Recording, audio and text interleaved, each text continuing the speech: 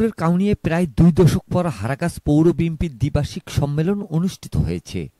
শনিবার বিকেলে কাউনিয়া উপজেলা বিএনপির আহ্বায়ক ও রংপুর ৪ আসনের মানুষের আস্থাভাজন নেতা এমদাদুল হক বর্ষার নেতৃত্বে পৌর বিএনপির নেতাকর্মীরা বিভাগীয় ও জেলার আমন্ত্রিত নেতাদের নিয়ে বিশাল শোভাযাত্রা করে সম্মেলনস্থলে আসেন।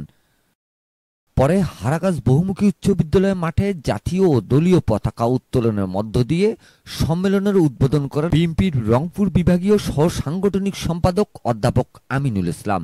দীর্ঘদিন পর সম্মেলন অনুষ্ঠিত হয় দলটির তৃণমূল পর্যায়ের নেতাকর্মীদের মধ্যে উৎসাহ উদ্দীপনা বিরাজ করে। সকাল ১১টা থেকে সম্মেলনস্থলে জড়ো হয় বিএনপি ও সহযোগী সংগঠনের নেতাকর্মীরা। হারাগাছ পৌর বিএনপির আহ্বায়ক মোনায়েম হোসেন ফারুকের সভাপতিত্বে সম্মেলনে প্রধান অতিথির বক্তব্য রাখেন বিএনপির রংপুর বিভাগীয় সহ সাংগঠনিক সম্পাদক আব্দুল খালেক। সম্মেলনে প্রধান বক্তা ছিলেন জেলা বিএনপির আহ্বায়ক সাইফুল ইসলাম।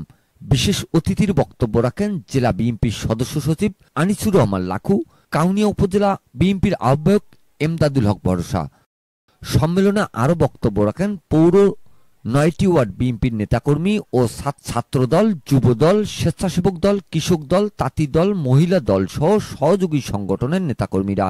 পরে মোনায়েম হোসেন ফারুককে সভাপতি, সাইফুল ইসলাম মানিককে সিনিয়র সহ সভাপতি, নুরুল ইসলাম দাজুকে সাধারণ সম্পাদক, মাহমুদুর রহমানকে যুগ্ম সাধারণ সম্পাদক, হারুনুর রশিদ সমাপ্তিকে ১ নং সাংগঠনিক সম্পাদক, শাহিনুল ইসলাম শাহিনকে ২ নং সাংগঠনিক সম্পাদক করে হারাগাছ পৌর বিএনপির কমিটি ঘোষণা করা হয়। আগামী ১০ দিনের মধ্যে ১০১ সদস্য বিশিষ্ট হারাগাছ পৌর বিএনপির পূর্ণাঙ্গ কমিটি করার জন্য নির্দেশ প্রদান করেছে জেলা BNP. Mizanur Rahman, DRS news.